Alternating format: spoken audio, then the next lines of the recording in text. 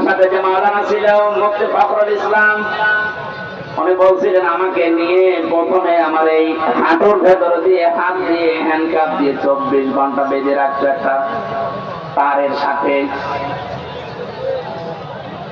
শুধু টয়লেট করার জন্য 1.5 থেকে 2 মিনিট সময় দিত, খাওয়া দাওয়ার জন্য কয়েক মিনিট দিয়ে 24 ঘন্টা এভাবে বাধা, ঘুম নেই। একটু ঘুম যদি আসে গরম দিত।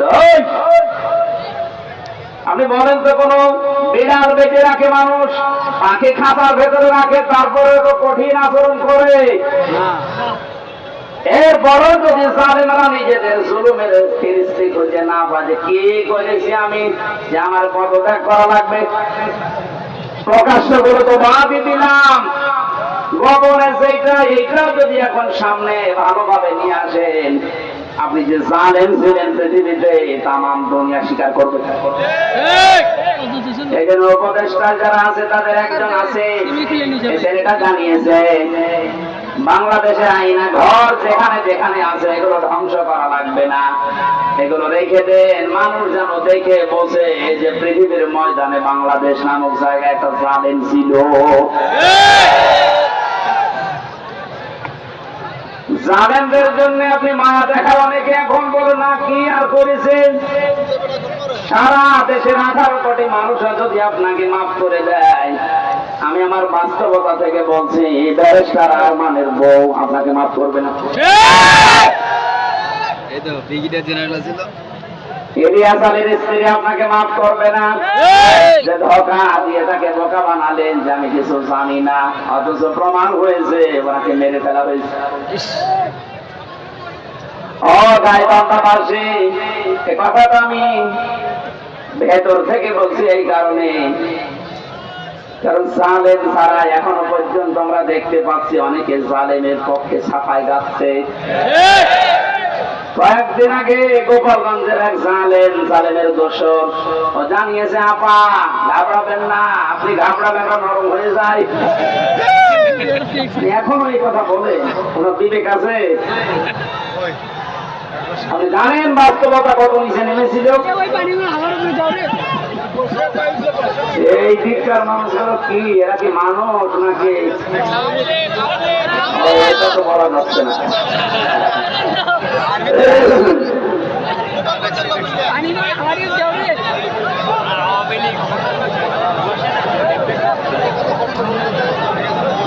এদের জন্য শেষ করে দেওয়া লাগবে।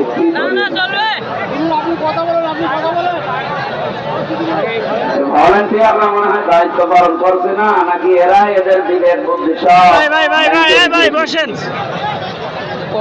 হ্যাঁ, এখানে কি করেন আপনি?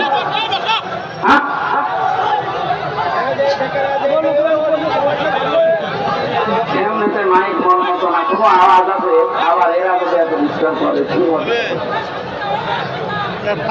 দরকার নাই আনখালি নাটি দাও তোর একটা না না, আমি এই জেলা আমি আর শালা ভদ্র রক্ষু ভাই আগে এই জেলায় আর আমার গলাটা নষ্ট করে দিচ্ছি। নিজেরা ডিস্টার্ব করছে, আমার মাইক ভালো না, আমি কিভাবে কি করবো?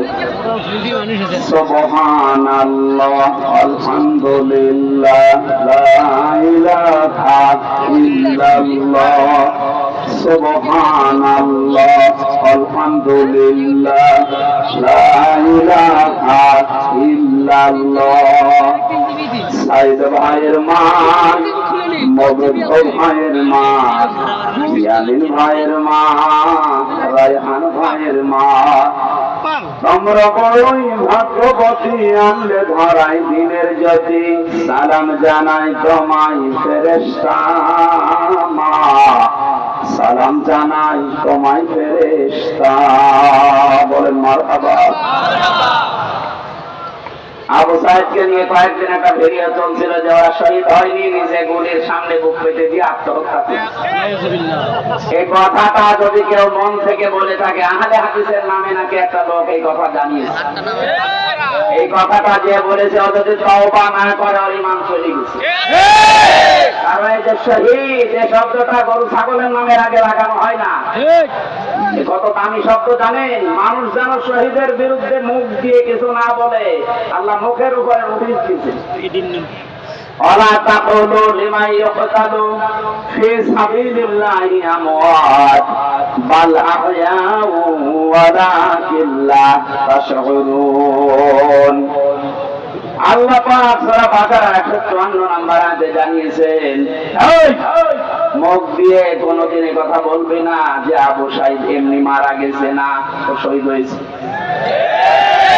মরে গেছে, জীবনও বলবি না। ও চিন্তা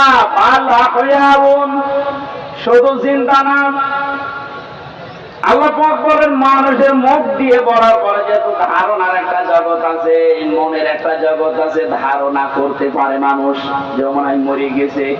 আল্লাহ ধারণার উপর নোটিশ দিয়েছেন, ওয়ালা তাহসাবান্নাল্লাযীনা কুতিলু ফি সাবিলিল্লাহি আমওয়াতা বাল আহয়াউন ইনদা রাব্বিহিম ইয়ারসাকুন।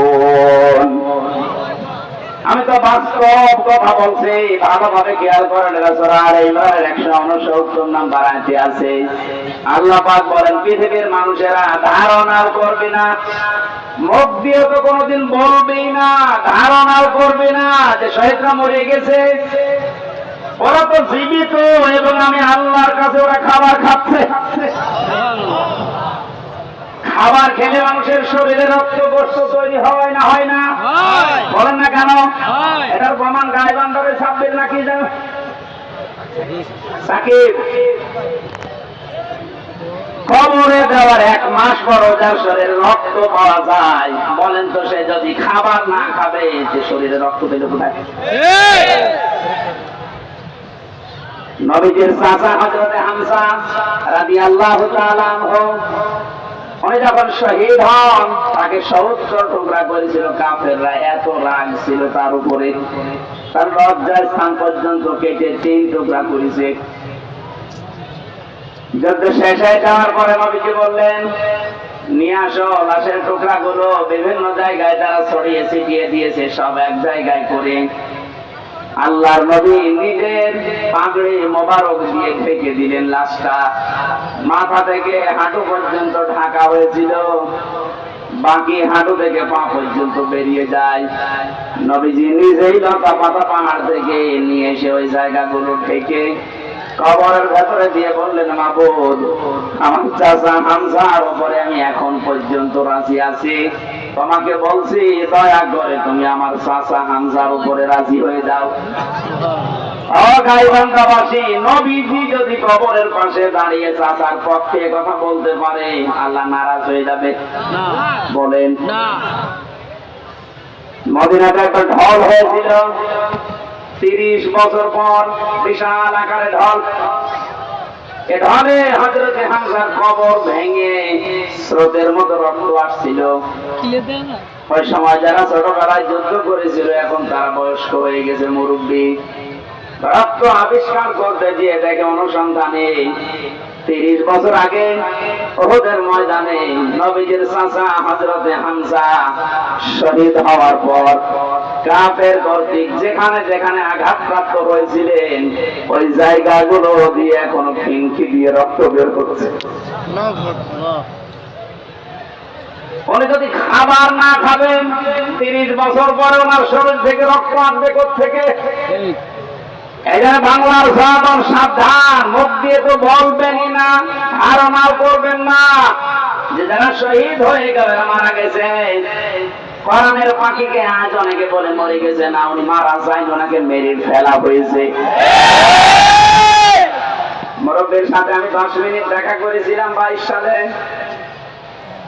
কি সুন্দর কথাবার্তা, কি সুন্দর হাসি। আমার তো একদিন পরে পরে আমরা সংবাদ পেতাম ওখানে, এত কঠিন অবস্থায় আমার রাখতো। যেদিন উনি মারা গেছে তার পরের দিন পেপারে দেখলাম যে উনি মারা গেছে। বাইরে এসে দেখলাম যে ভিডিওগুলো হাসপাতালে নিয়ে আসার সময়, বের করার সময় যে হাসিটা দিয়েছিল, কোন অসুস্থ মানুষের মুখ দিয়ে ওই হাসি বের হওয়ার কথা না। অনেকে ধোঁকা দিয়ে বোকা বানিয়ে জেলার আর সুপার এখন স্বীকার করছে যে আমরা উপরের নির্দেশে এটা করেছি, আমাদেরকে বলা হয়েছিল যে সই স্বাক্ষর করে বলেন যে নির্বাহী আদেশে ছেড়ে দেবে।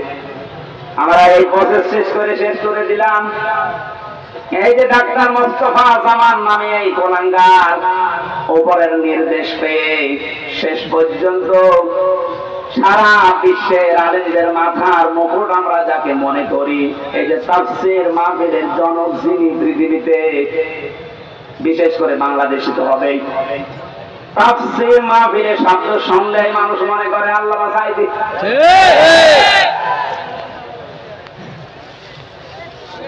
কি সালা কলা করে ষড়যন্ত্র করে তাকে ইনজেকশনের মাধ্যমে দুনিয়া থেকে বিদায় করে মানুষকে দেখিয়েছে, বিশ্ববাসীকে জানিয়েছে উনি এমনিতে মারা গেছে।